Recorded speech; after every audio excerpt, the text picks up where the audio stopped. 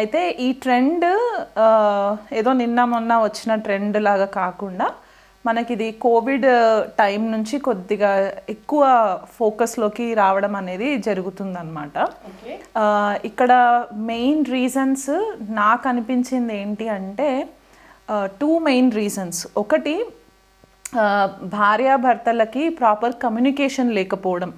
అంటే అది కెరియర్స్ వల్ల అవ్వచ్చు, లేకపోతే ఎడిషనల్ రెస్పాన్సిబిలిటీస్ వల్ల అవ్వచ్చు.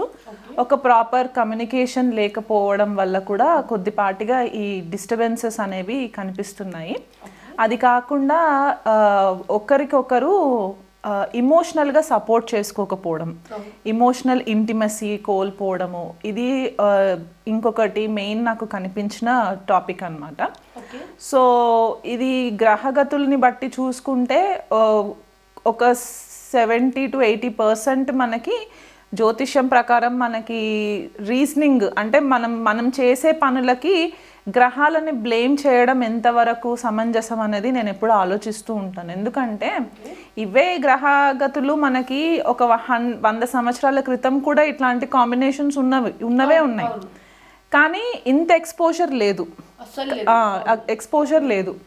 కాకపోతే ఇప్పుడు అంతా కూడా ఓపెన్ అయిపోయింది. అండ్ ఇంకొకటి నాకు అనిపించింది ఏంటి అంటే, చాలామంది ఒక లెవెల్ ఆఫ్ యాటిట్యూడ్కి ఎలా వచ్చేసారంటే, ఇంకా ఏజ్ ఎక్కువ కాలం బతకమేమో, సో ఉన్న టైంలో మనం ఎంజాయ్ చేసేద్దాము, హ్యాపీగా ఉందాము అంటే హ్యాపీనెస్ వాళ్ళ ఇండివిజువల్ పైన ఎక్కువ ఫోకస్ చేసేసి, ఇక్కడ భార్యని కానివ్వండి లేదా భర్తని కానివ్వండి, ఇక్కడ నేను ఒక స్పెసిఫిక్ మగవాళ్ళే అని నేను పాయింట్అవుట్ చేయట్లేదు, ఈ జెండర్ బయాస్డ్ కాకుండా లేడీస్ని కూడా పాయింట్అవుట్ చేస్తున్నాను ఈ విషయంలో. ఫ్రీడమ్ కావాలని కోరుకోవడము, లేకపోతే ఎక్కువ టైం వాళ్ళ భాగస్వామి వాళ్ళతో టైం స్పెండ్ చేయట్లేదని చెప్పి బయట ఇంకేదో వెతుక్కోవడము. ఇప్పుడు ఫర్ ఎగ్జాంపుల్ ఎవరైనా మగవాళ్ళకి ఒక ఆడమనిషి కొద్దిగా నవ్వుకుంటూ కొద్దిగా ఇమోషనల్గా మాట్లాడారంటే అక్కడ అవతల వ్యక్తికి కనెక్ట్ అయిపోతున్నారు. ఇక్కడ ఇంట్లో భార్య సంగతి కూడా పట్టించుకోవట్లేదు, కానీ భార్యకి ఇంట్లో బోల్డని రెస్పాన్సిబిలిటీస్ ఉండడము, లేదా ఆవిడ కూడా జాబ్ చేస్తూ ఉండి ఇల్లు మేనేజ్ చేసుకోవడము, వర్క్ లైఫ్ బ్యాలెన్స్ లేకపోవడము, దీనివల్ల డిస్టర్బెన్సెస్ అనేది ఎక్కువ అయిపోతుంది అనమాట. ఆ షేరింగ్ అండ్ కేరింగ్ అనేది చాలా తగ్గిపోయింది ఫస్ట్ ఆఫ్ ఆల్. అండ్ కొంచెము నేను అబ్జర్వ్ చేసింది ఇంకోటి ఏంటంటే, సోషల్ మీడియాకి ఎక్కువ ఇన్ఫ్లుయెన్స్ అయిపోవడము, మనకు కనిపించేవన్నీ కూడా కరెక్ట్గా కనిపిస్తున్నాయి, ఇదే రియాలిటీ అని అనుకోవడము, ఒక మాయా ప్రపంచంలో ఉండడము. అంటే ఇంకా రేపు మార్నింగ్ ఏం జరుగుతుంది అనేది ఆలోచన లేకుండా ఈ నైట్ వరకు నేను బాగుంటే చాలు అనుకునే ఒక మైండ్ సెట్లోకి కూడా వచ్చేసారనమాట, పిల్లల గురించి పట్టించుకోకపోవడం. సో ఇక్కడ వీళ్ళు చేసే మెయిన్ ప్రాబ్లం ఏంటంటే, వేరే వాళ్ళకి అట్రాక్ట్ అయిపోయి సెల్ఫ్ వ్యాలిడేషన్ కోరుకోవడం అనమాట. అంటే వాళ్ళకి అలా అవతల వ్యక్తి కొద్దిగా ఫ్లర్ట్ చేస్తూ మాట్లాడినా, లేకపోతే కొద్దిగా కేరింగ్ చేస్తూ మాట్లాడేసరికి సైకలాజికల్గా వీళ్ళు హ్యాపీగా ఫీల్ అవ్వడం, ఆ టెంపరీ హ్యాపీనెస్ కోసము వీళ్ళు కొద్దిగా రాంగ్ స్టెప్స్ వేసేయడము, స్ట్రిక్ట్ బౌండరీస్ గీసుకోకుండా ఉండడము, అసలు వాళ్ళు దేని విలువిస్తారు, వాళ్ళ విలువలేంటి, వాళ్ళ ఫ్యామిలీ విలువలేంటి అనేది కూడా ఒక క్షణం మర్చిపోవడము, ఇవన్నీ జరగడం వల్ల ఈ సోషల్ ప్రెషర్ కూడా ఎక్కువ అయిపోవడం వల్ల ఈ ప్రాబ్లమ్స్ అన్నీ స్టార్ట్ అవ్వడం మనకు కనిపిస్తుంది. అసలు ఒక సనాతన ధర్మంలో విడాకులు కానీ డివోర్స్ అనే కాన్సెప్ట్ అసలు లేదు టెక్నికల్గా మనం చూసుకుంటే, కానీ అడ్జస్ట్మెంట్ ఉండేది. కానీ ఆ అడ్జస్ట్మెంట్ కూడా ఇప్పుడు లేకుండా అయిపోయింది. అంటే ఇక్కడ అదొకటి. ప్లస్ ఒక పర్సన్ భార్య కానీ భర్త కానీ ఒకసారి చీట్ చేశారు, మోసం చేశారు, వేరే రిలేషన్షిప్లోకి వెళ్ళారు, వీళ్ళు అనుకోకుండా పరిస్థితులు ఇంకొక పార్ట్నర్కి అనుకూలంగా ఉండి వీళ్ళు దొరికిపోయారు అనుకుందాం, వాళ్ళు అక్కడికి వాళ్ళని వాళ్ళు సరి చేసుకోవట్లేదు. దొరికాను కదా ఒకసారి, నెక్స్ట్ టైం దొరికితే ఇంకా అలసైపోయింది, ఇది కంటిన్యూ అవుతూనే ఉందన్నమాట. So cheating is a choice. అది నేను కంటిన్యూగా చీట్ చేస్తాను అని మీరు మైండ్ ఫిక్స్ చేసుకుని ఉంటే దానికి ఎవరేం చేయలేరు. మీతో పాటు మీ ఫ్యామిలీస్ కూడా పాడైపోతూ ఉంటాయి. అటు పెద్దవాళ్ళు డిస్టర్బ్ అవుతారు, మీ ఇద్దరికి పుట్టిన పిల్లలు ఇంకెక్కువ ప్రాబ్లమ్స్లోకి ఫేస్ అవుతారు. ఇదేమవుతుందంటే గోయింగ్ ఫార్వర్డ్ ఈ చిన్న పిల్లలు రేపు ఒక టీనేజ్కి వచ్చిన తర్వాత బ్రోకెన్ ఫ్యామిలీస్ నుంచి వచ్చిన వాళ్ళు అయిపోతారు. అంటే ఒక డిస్ఫంక్షనల్ ఫ్యామిలీ బ్యాక్గ్రౌండ్ నుంచి వచ్చిన వాళ్ళు అయిపోయేసరికి వీళ్ళకి ఒక ట్రామాస్ ఉండిపోతాయి అన్నమాట. టైంకి ఫాదర్ సపోర్ట్ ఉండకపోవడము, మదర్ సపోర్ట్ ఉండకపోవడము, దీనివల్ల కంప్లీట్లీ ఫ్యామిలీ ఎన్వైరన్మెంటే చేంజ్ అయిపోతుంది. ఎస్, ఇప్పుడు కొంతమంది ఏంటంటే మేము వెస్టర్న్ కల్చర్ని చూసి ఇన్ఫ్లుయెన్స్ అవుతున్నాం అంటే, ఏ వెస్టర్న్ కల్చర్ వాళ్ళు మనకు చెప్పలేదు మీరు ఇట్లా మీ ఫ్యామిలీస్ని పాడు చేసుకోండిరా అని చెప్పి ఎవరు చెప్పలేదు.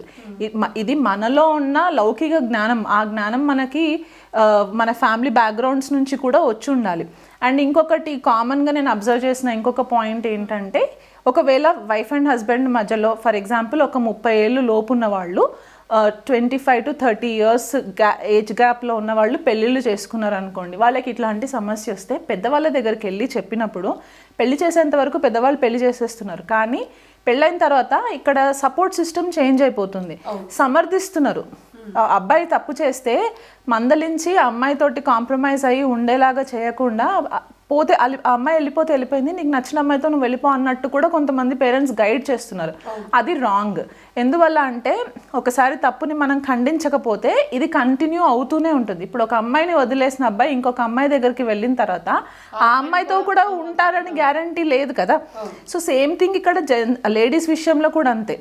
ఒక మగ మనిషి ఒక లేడీని అంటే ఒక వైఫ్ హస్బెండ్ని వదిలేసి ఇంకొక మగ మనిషి దగ్గరికి వెళ్తే అక్కడ కూడా ఇట్లాగే చీప్ అయిపోతూ ఉంటారు. సో వీళ్ళు సెల్ఫ్ రెస్పెక్ట్ కూడా కోల్పోవడం అనేది కూడా కనిపిస్తుంది. సో కాబట్టి ఈ విషయాలన్నీ కూడా కొద్దిగా కేర్ఫుల్గా మైండ్లో అనాలిసిస్ చేసుకొని, దీనికి ఎవ్వరు కూడా సొల్యూషన్స్ ఇవ్వలేరు. ఇది పోన్ ఏమైపోతుందంటే ఒక సైకలాజికల్ డిసార్డర్ లాగా కూడా స్టాంప్ అయిపోతుంది అనమాట. ఎందుకంటే ఆ టెంపరీ హ్యాపీనెస్ కోసం ఏదైతే డోపమిన్ మనకి బ్రెయిన్లో రిలీజ్ అవుతుందో, ఆ డోపమిన్ లెవెల్స్ని మీరు సాటిస్ఫై చేయడానికి కోసం అని చెప్పి మీ రిలేషన్షిప్ని మీరు డిస్టర్బ్ చేసుకోలేరు కదా. అండ్ మనకి హిందూ సనాతన ధర్మంలో ఉన్న స్పెషల్ రిలేషన్షిప్ మ్యారిటల్ రిలేషన్షిప్. మనం దానికి కూడా వాల్యూ ఇవ్వకుండా మనము ఇష్టం వచ్చినట్టు చేసుకుంటూ పోతే సొసైటీలో మనకి ఇంకా వాల్యూ సిస్టమ్ లేదు అన్నట్టే అయిపోతుంది కదా. వృశ్చిక రాశి వాళ్ళు స్వతహాగా చాలా సీక్రెటివ్గా ఉంటారు, చాలా మిస్టీరియస్గా ఉంటారు. వీళ్ళు ఏం అనుకుంటున్నారు అనేది మనసులో అసలు పక్కనున్న వ్యక్తికి కూడా తెలియదు అనమాట. అంటే ఒక అంటే ఎస్పెషలీ మనము స్పెసిఫిక్ టాపిక్ ఎక్స్ట్రా మ్యారిటల్స్ గురించి మాట్లాడుకుంటున్నాం కాబట్టి వీళ్ళ నేచర్ చాలా సిడెక్టివ్ ఉంటుంది. వృశ్చిక రాశి వాళ్ళకి చాలా ఇంటెన్స్గా ప్యాషనేట్ ఉంటారనమాట. అంటే ఒకరిని ప్రేమిస్తే కనుక చాలా మితంగా ప్రేమించే స్వభావం వీళ్ళకి ఉంటుంది. కాకపోతే కొద్దిగా కంట్రోలింగ్, కొద్దిగా కాదు ఒక వేరే లెవెల్లో ఉంటుంది అనమాట వీళ్ళ కంట్రోలింగ్. ఇంకా నన్ను ఇష్టపడితే నాతోటే ఉండాలి, నాతోనే మాట్లాడాలి, అంతే వీళ్ళ స్వభావం. ఇది మనకి ఎక్కువ క్వాలిటీ ఎవరిలో కనిపిస్తుంది అంటే జ్యేష్ఠ నక్షత్రంలో వృశ్చిక రాశి వాళ్ళలో కనిపిస్తుంది. ఎందుకంటే అది మనకి ఎక్స్ట్రీమ్లీ కంట్రోలింగ్ అయిపోతుంది. అండ్ వృశ్చిక రాశిలో ఇప్పుడు లగ్నంలో రాహు ఉన్న, కుజుడున్న, చంద్రుడు ఇక్కడ నీచనొందుతారు. భాగ్యాధిపతి అయిన చంద్రుడు వృశ్చిక రాశిలో నీచనొందుతారు అనమాట. సో అట్లాంటప్పుడు ఏమవుతుందంటే కొద్దిగా వీళ్ళకి ఇమోషనల్గా కొంచెము పైకి వీళ్ళు కర్కాటక రాశిలాగా మీనరాశిలాగా ఇమోషనల్గా కనిపించారు, కానీ వీళ్ళ ఇమోషన్స్ అన్నీ కూడా లోపల దబాయించి పెట్టేసుకుంటూ ఉంటారనమాట. అండ్ ఇది ఒక వాల్కెనో లాగా ఎక్స్ప్లోడ్ అవుతుంది టైం వచ్చినప్పుడు, అప్పటి వరకు వెయిట్ చేస్తూ ఉంటారనమాట. అండ్ మనకి తేలు మనకి సింబల్గా చెప్తూ ఉంటాం కదా. సో ఇది వీళ్ళ నేచర్ కూడా కొద్దిపాటిగా అట్లాగే ఉంటుంది. తేలు మనకు పక్కకు వచ్చేంత వరకు మనకు తెలియదు అక్కడ తేలు ఉండింది అని, అంత మిస్టికల్గా ఉంటారనమాట వీళ్ళు. సో ఒకవేళ సప్తమాధిపతి శుక్రుడు అంటే వీళ్ళు జనరల్గా వీళ్ళ స్పౌస్ని చాలా ప్రేమించే భావనతోటే ఉంటారు, కానీ కొద్దిగా మనకి కాంబినేషన్స్ కనుక ఫేవరబుల్గా లేనప్పుడు మనకి తీవ్ర స్థాయిలో ఇబ్బంది పడే పరిస్థితి కనిపిస్తూ ఉంటుంది. సో వృశ్చిక రాశి వాళ్ళకి సప్తమాధిపతి శుక్రుడు కనుక నీచ స్థానంలో ఉన్న, లేకపోతే రాహు యొక్క వీక్షణలో ఉన్న, రాహుతో కలిసి సప్తమంలో ఉన్న, లేదా సప్తమాధిపతి అయిన శుక్రుడు వ్యయంలోకి వెళ్ళిన వీళ్ళకి కొద్దిగా స్పౌస్ నుంచి డిస్టెన్స్ వచ్చే ఛాన్సెస్ ఎక్కువ కనిపించే పరిస్థితి కనిపిస్తుంది. అండ్ వీళ్ళ భాగస్వామి వీళ్ళని చీట్ చేసేదానికంటే ఎక్కువ వీళ్ళ భాగస్వామిని చీట్ చేసే పాసిబిలిటీస్ ఎక్కువ కనిపిస్తూ ఉంటాయి. అది మల్టిపుల్ రిలేషన్షిప్స్కి కూడా ఇది కొద్దిగా స్ట్రాంగ్ అయిపోతుంది. ఎందుకంటే కాల్పురుష కుండలిలో వృశ్చిక రాశి అష్టమ స్థానంగా చెప్తూ ఉంటాం అన్నమాట. మనకి ఈ సడన్ స్కాండల్స్ బయటపడడం కానీ, సీక్రెట్గా రిలేషన్షిప్స్ మెయింటైన్ చేసుకోవడం కానీ, వీళ్ళకి ఒక తెలియని భయం కూడా ఉండదన్నమాట. తెలియని ధైర్యం ఎక్కువ ఉంటుంది వీళ్ళకి. అంటే ఏది జరిగినా నేను ఫేస్ చేయగలను, నేను ఇష్టపడిన వ్యక్తి కోసం నేను ఎక్స్టెంట్ వరకన్నా వెళ్ళగలను, ఎవరితోటైనా నేను గొడవ పెట్టుకోగలను, కావాల్సి వస్తే నేను నా ఉన్న రిలేషన్షిప్స్ని వదులుకోవడానికి కూడా నేను రెడీగా ఉంటాను అనే ఒక తెలియని ధైర్య సాహసాలు ఎక్కువ ఉంటాయి అన్నమాట. సో దీనివల్ల కొద్దిగా వీళ్ళు డిస్టర్బ్ అయ్యే ఛాన్సెస్ కూడా ఉంటాయి. అందులో వృశ్చిక రాశిలో మనకి 3 నక్షత్రాలు కనిపిస్తాయి: విశాఖ, అనురాధ, జ్యేష్ఠ. సో అనురాధ వాళ్ళకి ఏంటంటే ఖచ్చితంగా వీళ్ళకి ఒక ట్రయాంగిల్ లవ్ స్టోరీ ఉంటుంది. ఎందువల్ల అంటే ఇది మన కొద్దిగా పురాణిక్ స్టోరీస్ కూడా ఉంటాయి. మనం నక్షత్ర సిరీస్ చేసుకున్నప్పుడు పురాణిక్ స్టోరీస్ వివరిస్తాను. సో ఈ అనురాధ నక్షత్రం వాళ్ళకి ఏంటంటే వీళ్ళు ఒకరిని ఇష్టపడతారు, కానీ వాళ్ళతోటి కలిసి సహజీవనం చేసే పాసిబిలిటీస్ ఉండవు. సో ఏదో ఒక రీజన్ చేత అక్కడ బ్రేక్ వచ్చి వీళ్ళు వేరే వాళ్ళని మ్యారేజ్ చేసుకోవాల్సిన పరిస్థితి వస్తుంది. సో మ్యారేజ్ చేసుకున్న వ్యక్తితో ఉన్నా కూడా వీళ్ళ మనసు మాత్రం అక్కడే ఉంటుంది అన్నమాట. సో దానివల్ల వీళ్ళు కొద్దిగా మానసికంగా ఇబ్బంది పడుతూ ఉంటారు. అండ్ వృశ్చిక రాశి లగ్నం అయ్యి పర్సనాలిటీ చాలా మిస్టీరియస్గా ఉంటుంది. రాశి ఒకవేళ వృశ్చిక రాశినే అయ్యింది, చంద్రుడు వృశ్చికల్లోనే ఉన్నారు అని అనుకుంటే కనుక, చంద్రుడు ఇక్కడ నీచనొందుతారు కాబట్టి ఇమోషన్స్ కోసము పాకులాడుతూ ఉంటారనమాట. ఇమోషనల్ బ్యాలెన్స్ ఉండదు. సో దానివల్ల ఏంటంటే ఎవరు కొద్దిగా ప్రేమగా మాట్లాడినా సరే వాళ్ళకి అటాచ్ అయిపోతారు.